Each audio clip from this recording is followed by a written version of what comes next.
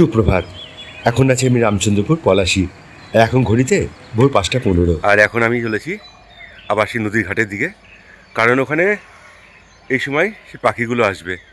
তো যাই দেখে আসি সেখানে। এখন এসেছি মনে হয়, তো সেদিকেই যাবো এখন আমি। চলুন যাই। সূর্য মামা কলা বাগানের মাথার উপর থেকে সদ্য উঁকি মারা শুরু করেছে, আর নদীর পাড়ের ঘাসগুলো সব শিশিরে ভেজা।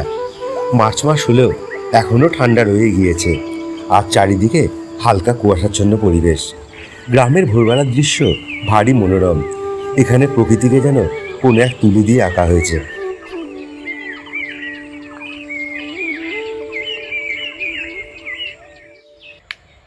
এই মুহূর্তে এখানে এখন আমি, জলঙ্গি নদী, নানা রকম পাখি, আর অনেক দূরে দেখা যায় ডিঙিতে এক জেলে ভাইকে। পরিযায়ী পাখি, পানকৌড়ি, বালিঘাসে ঝাঁক দেখব বলেই এখানে এসেছি। অল্প কিছু চোখেও পড়ছে, কিন্তু সেই ঝাঁকে ঝাঁকে পাখি আর আসেনি। তাই সামনে একটু এগিয়ে যায় ভালো, ওই দিকটায় দেখা পাওয়ার সম্ভাবনা অনেক বেশি।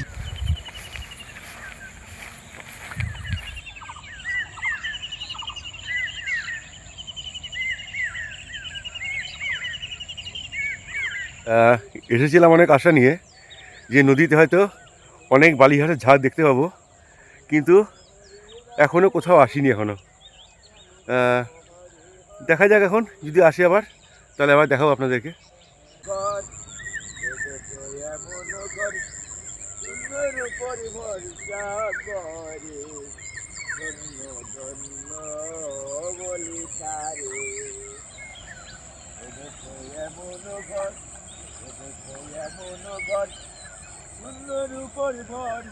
বাহ, বেশ চমৎকার গানের গলা।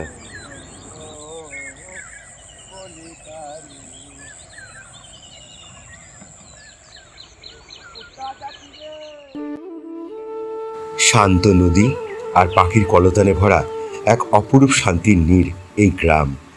আর এই গ্রাম বাংলার প্রকৃতি যেন এক শিল্পীর নিখুঁত চিত্রকর্ম। শস্যক্ষেতের সবুজ সমুদ্র, বয়ে চলা সরু নদী, পাখির কলতান আর মেঠো পথ, সব মিলিয়ে এক অপূর্ব দৃশ্য। এখন নদীর এই শান্ত রূপ দেখছেন, কিন্তু বর্ষায় এর রূপ ভয়ঙ্কর হয়ে ওঠে। এখানকার গ্রামের মানুষ প্রকৃতির সঙ্গে একাত্ম হয়ে বাস করে। কৃষি এখানকার প্রধান জীবিকা, তবে তার পাশাপাশি কিছু মানুষ নদীর মাছের উপরও কিছুটা নির্ভরশীল, তবে তার পরিমাণ যথেষ্ট নয়।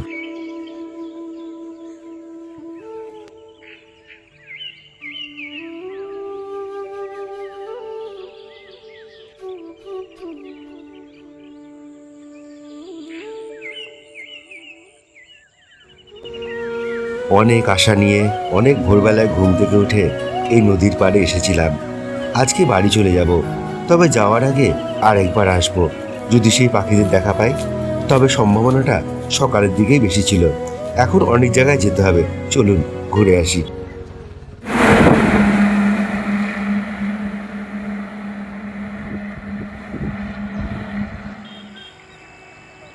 সকালে গ্রামের পরিবেশটা ভারী সুন্দর। ঠান্ডা বাতাস আজও রয়েছে। অনেক মানুষ সকালের প্রাতঃভ্রমণেও বেরিয়েছে দেখছি। আমি এখন এখান থেকে হেঁটে যাব আরশিনগর। চলুন আপনাদেরকে এক আদিবাসী প্রজাতির সঙ্গে আলাপ করেই নিয়ে আসি।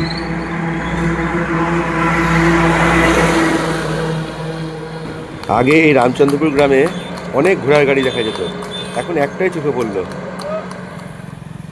এই হলো আরশিনগর ধাওড়াপাড়ার মোড়। আর এই যে চায়ের দোকানটা, এই চায়ের দোকানের ওপরে রয়েছে সেই আদিবাসী প্রজাতি। প্রচুর শালিক এখানে, আর হচ্ছে বুলবুলি পাখি। আর এদেরকে সেউ ভাজা দিতে হয়, এরা সেউ ভাজা খেতে খুব ভালোবাসে। তা আমি এদেরকে সেউ ভাজা দিলাম এখন।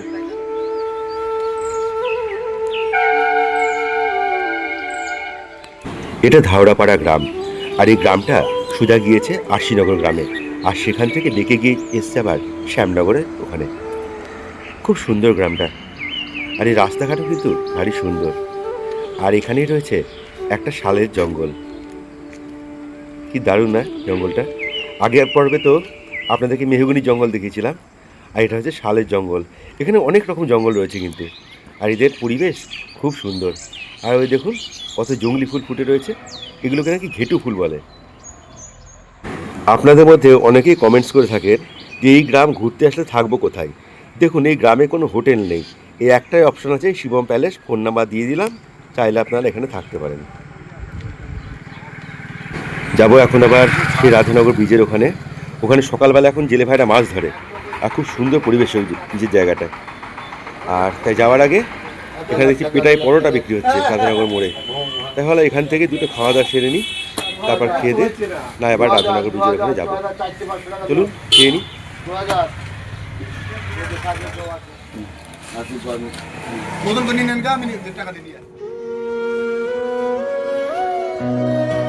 আবার একটা টোটোতে উঠে পড়লাম, আবার চলেছি রাধানগর।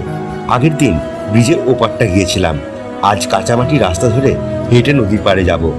ওখানকার সৌন্দর্যটা একটু অন্যরকম, চলুন ঘুরে আসি। এটাই সোজা চলে গেল ব্রিজের দিকে, রাধানগর ব্রিজের দিকে, আর আমি নিচ দিয়ে এই কাঁচামাটির রাস্তা ধরে আমাকে এখন সোজা যেতে হবে। চলুন যাওয়া যাক।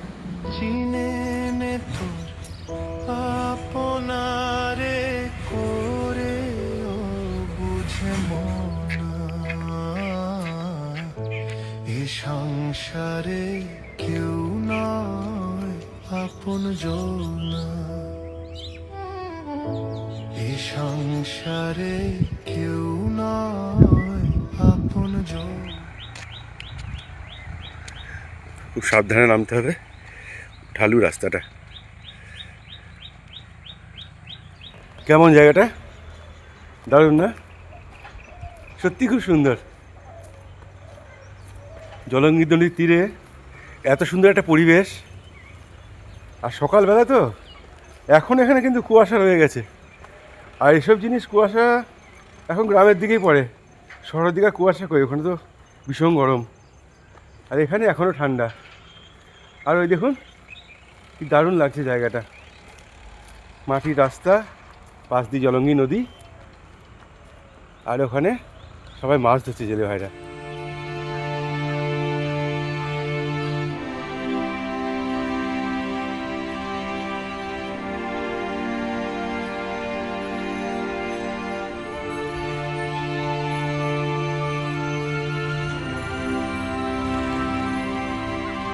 রামচন্দ্রপুরের জলঙ্গি নদীর সাথে এই রাধানগরের জলঙ্গি নদীর একটু পার্থক্য রয়েছে। এখানকার জল তুলনামূলক একটু পরিষ্কার, আর এখানে মাছের সংখ্যাটাও একটু বেশি, তাই তো বড় জাল দিয়ে এখানে মাছ ধরা হয়। তবে জলজ উদ্ভিদ বা শ্যাওলা দুদিকেই রয়েছে। আমার একটু দেরি হয়ে গেছে আজকে আসতে, জেলে ভাইরা মাছ ধরে অনেকক্ষণ আগেই বাজারে চলে গিয়েছে। চুপ করে এই নদীর পাড়েই বসে এখানকার সৌন্দর্য দেখছিলাম আমি। আবার আমাকে ওই একই রাস্তা ধরে ফিরে যেতে হবে। চলুন যাওয়া যাক, বেলা বাড়ছে।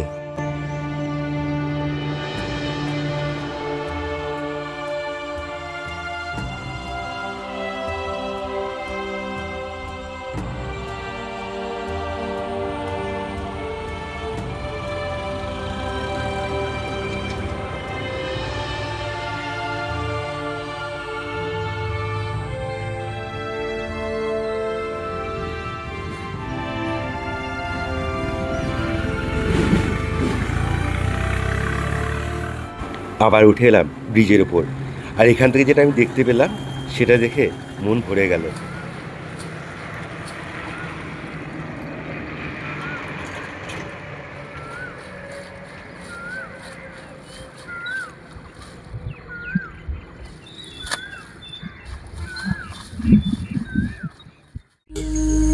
জলঙ্গি নদীর পাড়ে এটা এক সাঁওতাল আদিবাসীদের গ্রাম। গ্রামের নামটা কি সেটা আমার জানা নেই, তবে গাছের তলায় দেখছি একটা মাচান করা আছে, হয়তো ওদেরই বিশ্রামের জায়গা এটা। এখন তো কেউ নাই, তাই কিছুক্ষণ আমি এখানে বিশ্রাম করতে বসলাম। এই আদিবাসীরা শুনলাম নাকি সব ইটভাটাতেই কাজ করে, আর পশুপালন কৃষিকাজও করে ওরা।